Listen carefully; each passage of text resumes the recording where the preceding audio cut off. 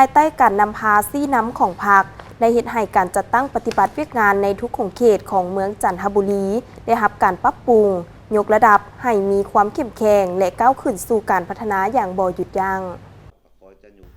เนื่องในโอกาส 70 ปี วันสร้างตั้งพรรคประชาชนปฏิวัติลาว วันที่22 มีนา 1955 หา 22 มีนา 2025 สหายแก้วประเสริฐไสปัญญา เลขาคณะพรรคเมืองจันทบุรี ได้ให้สัมภาษณ์ต่อทีมข่าวโทรภาพนักขลุ่มจันทร์ในวันที่ 14 มีนานี้ว่า ข้าพเจ้ามีความรู้สึกเป็นเกียรติและภาคภูมิใจเป็นอย่างยิ่งที่เห็นการเติบใหญ่ขยายตัวของพรรคตลอด 70 ปีผ่านมา ซึ่งในระยะแห่งการนำพาซี่น้ำของพรรคได้มีความยุ่งยากหลายด้าน ได้ผ่านเส้นทางอันลำบากยาวนานหลายสิบปี แต่ย้อนพรรคเฮามีแนวทางอันสลัดส่องใส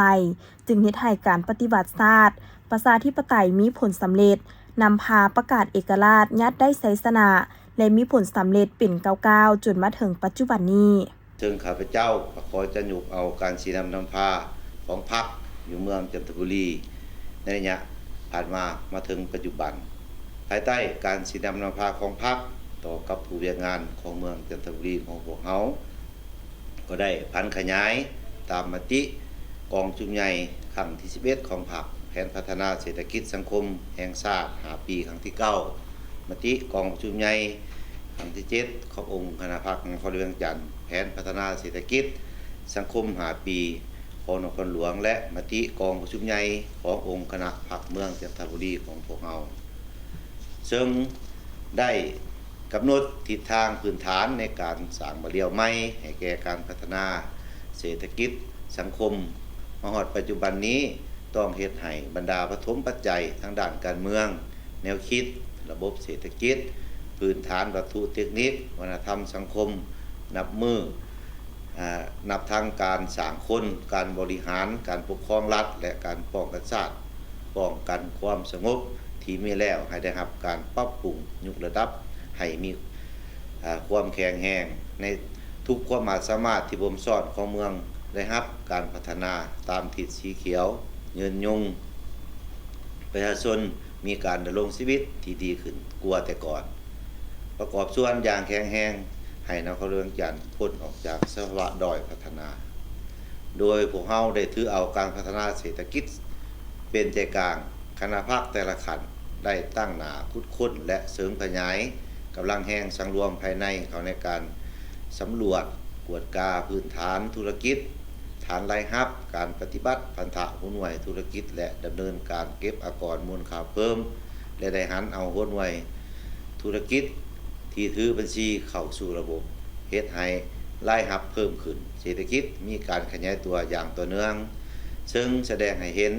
การเก็บระยะตลอดระยะ5 ปีผ่านมาบรรลุได้476ตื้อกว่ากีบ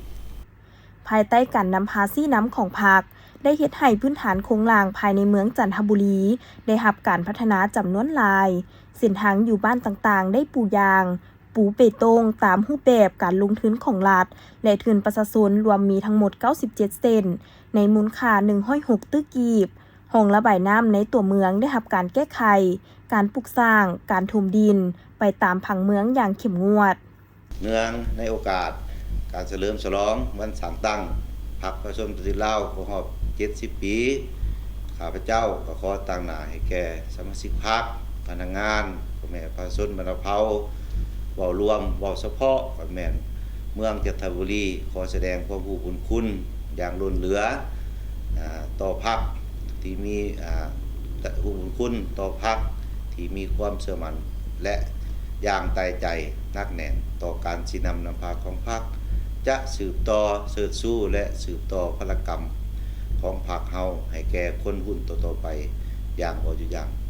ในโอกาสนี้ขออวยพรใส่อันประเสริฐมายังการนำภาครัฐสมาชิกพรรคพนักงานทหารตำรวจและตลอดฮอดพ่อแม่ประชาชนทุกชั้นคนทุกทวนหน้าจงมีแต่ความสุขความเจริญสำเร็จหน้าที่ที่พรรคและรัฐได้มอบหมายให้พรรคประชาชนปฏิวัติลาวมีเกียรติสง่ามั่นยืน เว้ารวมแล้วย้อนภายใต้การชี้นำพาของภาคประชาชนปฏิวัติลาวจึงเฮ็ดให้การจัดตั้งปฏิบัติเวียกงานในทุกขงเขตของเมืองจันทบุรีได้รับการปรับปรุงยกระดับให้มีความเข้มแข็งและก้าวขึ้นสู่การพัฒนาอย่างบ่หยุดยั้ง